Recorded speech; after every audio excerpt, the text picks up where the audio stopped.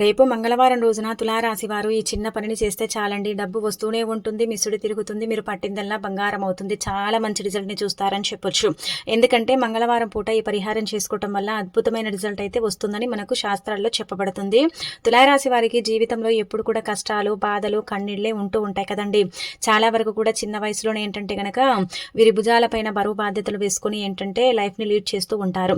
వీళ్ళు అనుకున్న గోల్ని రీచ్ అవ్వాలనుకుంటూ ఉంటారు. కానీ కొన్నిసార్లు ఏంటంటే అనుకున్న పనులు జరగవు, అనుకున్నట్టుగా వీరి లైఫ్ ఉండదు. లైఫ్లో ఏదో ఆటంకాలు రావటం, ఇబ్బందులు పడిపోవటం, సమయానికి డబ్బు అందకపోవటం, ఎప్పుడు చూసినా కానీ ఏదో రకంగా బాధ అనేది కలగటం, ఇదంతా కూడా చూస్తూ ఉంటారు కదా. అయితే అలాంటి వాళ్ళు తులారాశి వారండి. గుర్తుపెట్టుకోండి, చిన్న పరిహారం చేయండి, ఎంతలా ఫలితం వస్తుందనేది మీరే చూసి ఆశ్చర్యపోతారనమాట. రేపు మంగళవారం పూట వీలుంటే ఆంజనేయ స్వామికి నమస్కారం చేయటం కానీ, ఆంజనేయ స్వామిని పూజించటం కానీ చేయండి. ఇలా చేసిన తర్వాత ఆంజనేయ స్వామి సింధూరం ఉంటుంది కదా, దాన్ని ధరించండి.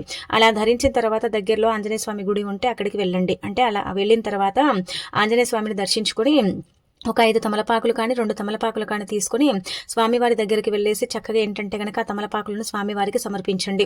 ఇంట్లో నుంచి మీరు గుడికి వెళ్ళేటప్పుడే ముఖ్యంగా గుర్తుపెట్టుకోండి, 2 యాలకులు తీసుకోండి. యాలకులు ధనాన్ని ఆకర్షిస్తాయి, అనేక రకాల కష్టాలను తీసేస్తాయి, అద్భుతమైన ఫలితాలను తెచ్చిపెడతాయి. కాబట్టి యాలకులను తీసుకుని వెళ్ళండి.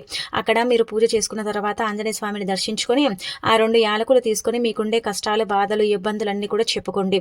అలా చెప్పుకున్న తర్వాత ఏంటంటే గనక గుళ్ళో నుంచి బయటికి వచ్చి ఆ యాలకులను ఏంటంటే గనక గుడి అంటే బయట ప్రాంగణంలో కొద్దిగా దూరంలో అక్కడ పడేయండి. వెనక్కి తిరిగి చూడకుండా ఇంటికి వచ్చేయండి. కష్టాలు పోతాయి, ఆంజనేయ స్వామి అనుగ్రహం కలిగి మీకు ఇంకా సంపాదన పెరుగుతుంది.